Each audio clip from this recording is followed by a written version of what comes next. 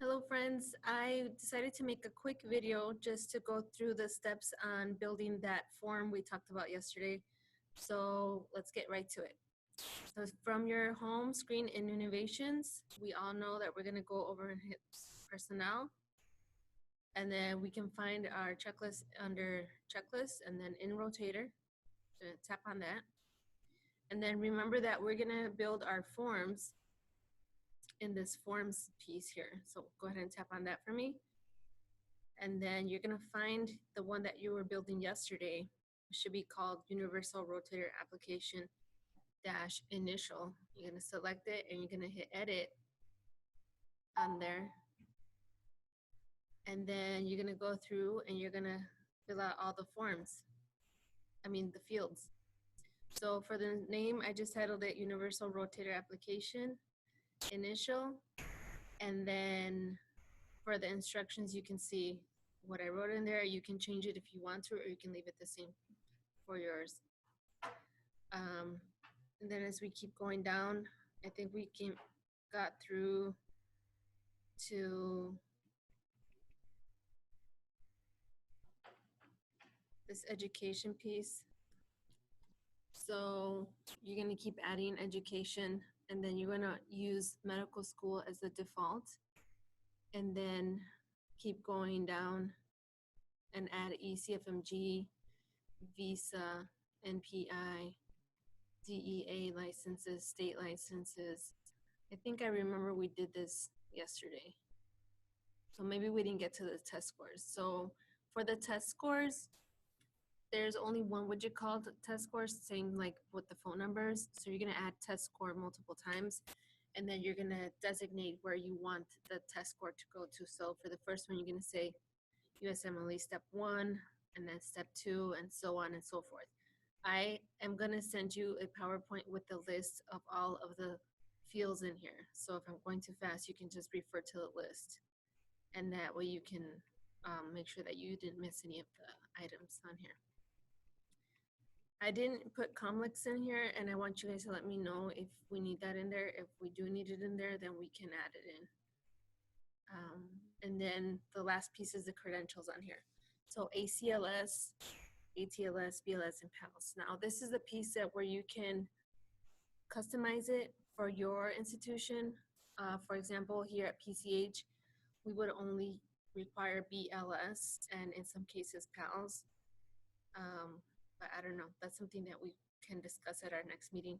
We can leave all of them or we can remove them. It's up to you.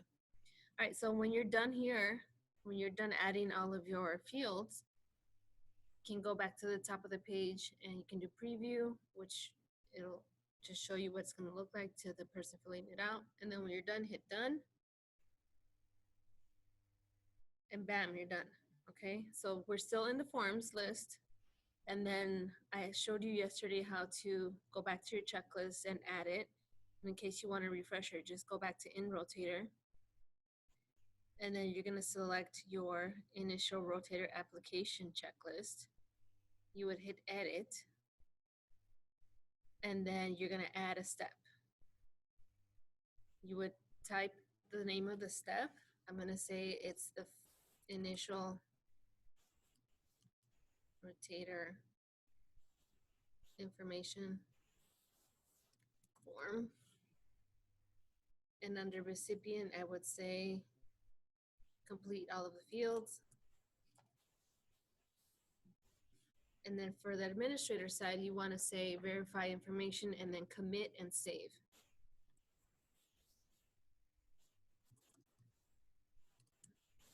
And this is important because if you don't commit and save, it won't save it to the person's profile in your database.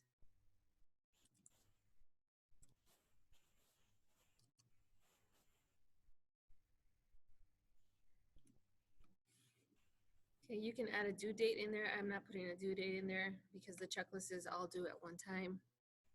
So once you hit add step, it's going to give you this message and just go ahead and say yes or okay. And then under information exchange, that's where you're going to find the form